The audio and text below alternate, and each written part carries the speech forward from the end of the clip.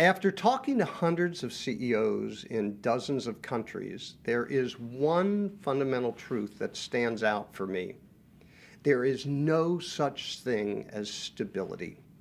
The only constant is uncertainty. Great leaders must learn two lessons that are critical to their success in life and business. The first is to embrace the reality of uncertainty every moment of every day. Every time we breathe, the world changes.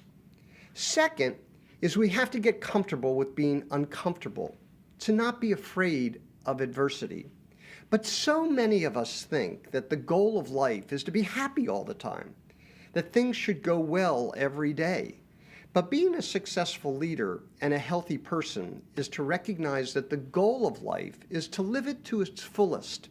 And that means that there are good days and bad days, opportunities and challenges, celebrations and, yes, rejections. We have to learn how to fall down and get up, to be resilient in the face of uncertainty. And that's true for people, and it's true for companies, and it's true for countries. The faster we can fall down and bounce back to course correct and get back on our feet, the healthier we will be and the more success we will have in business. Now, it's inevitable that today or tomorrow or the next day you will lose a major customer or get sick or have an argument with your boss, and the list goes on and on. But the best leaders feel their feelings. They process through them and they bounce back. They get up quickly. Now, we can learn a lot from our kids. I mean, just watch how our 2-year-olds learn to walk or our 6-year-olds learn to ride a bike. They fall down and they get up. They get right up, and not without shedding a tear in their eye. But there's a difference between vulnerability and weakness.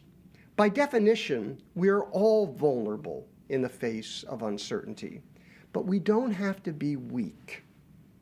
I'm reminded of the story of Bettina Diffney, the co-owner of a small organic produce business. For 30 years, she had her typical ups and downs, but just when her business was ready to take off, a huge privately held energy company, Koch Industries, with revenues over $100 billion, tried to seize her company's land and put her out of business and put an oil pipeline instead in the face of her farm.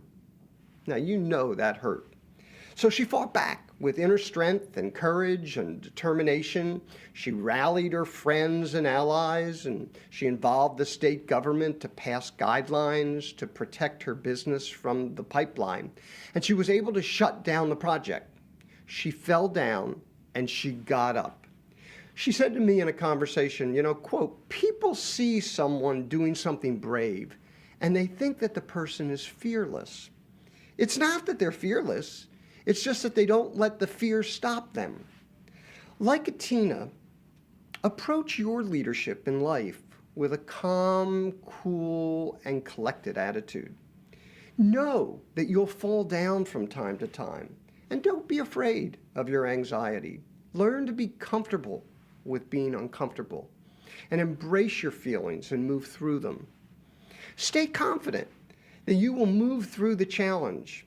You've been there before, and you'll do it again. You see, the key is to feel the scrape on your knee and put a Band-Aid on it, and then get back up on the bike as quickly as possible.